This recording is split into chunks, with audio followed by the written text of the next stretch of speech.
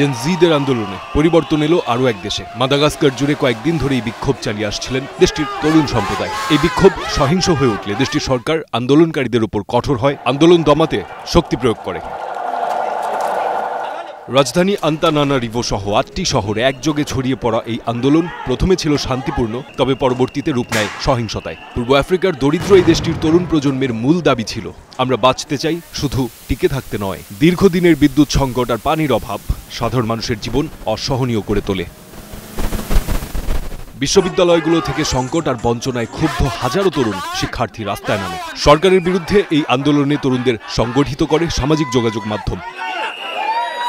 প্রথম দিকে পুলিশের টিয়ার গ্যাস ও রাবার বুলেট ছুড়ে বিক্ষোভ দমন করার চেষ্টা ব্যর্থ হয়। কারফিউ জারি করেও আন্দোলন থামানো যায়নি। জাতিসংঘের তথ্য অনুযায়ী অন্তত ২২ জন নিহত এবং ১০০-র বেশি মানুষ আহত হয়।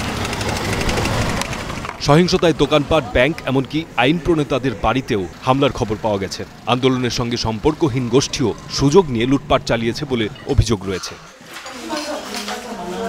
এমন অবস্থায় জাতিসংঘের মানবাধিকার প্রধান ভলকার তুর্ক নিরস্ত্র তরুণদের বিরুদ্ধে অতিরিক্ত বল প্রয়োগে ক্ষোভ প্রকাশ করেন এবং তিনি আটক বিক্ষোভকারীদের অবিলম্বে মুক্তি দেওয়ার আহ্বান জানান। এই পরিস্থিতিতেই সোমবার রাতে রাষ্ট্রীয় টেলিভিশনে জাতির উদ্দেশ্যে ভাষণ দেন প্রেসিডেন্ট আন্দ্রি রজোয়েলিনা। তিনি প্রধানমন্ত্রী সহ পুরো সরকারের পদত্যাগের ঘোষণা দেন। সম্ভবত আমরা আপনাদের প্রত্যাশা পূরণ করতে পারিনি, কিংবা আপনারা যে কষ্টে ছিলেন তা বুঝতে পারিনি। তাই সংবিধানের ৫৪ অনুচ্ছেদ অনুযায়ী আজ প্রধানমন্ত্রী ও পুরো সরকারকে বরখাস্ত করার সিদ্ধান্ত নিয়েছি।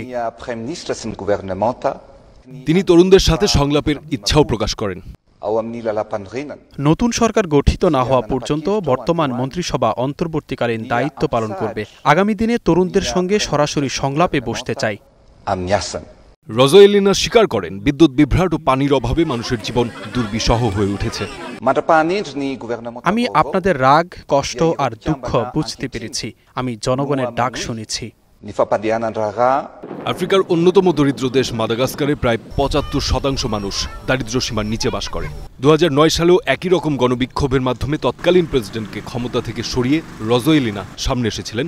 আজ সেই একই নেতা আবারও জনগণের ক্ষোভের মুখে সরকার ভাঙতে বাধ্য হলেন। ফারদিন খান, স্টার নিউজ।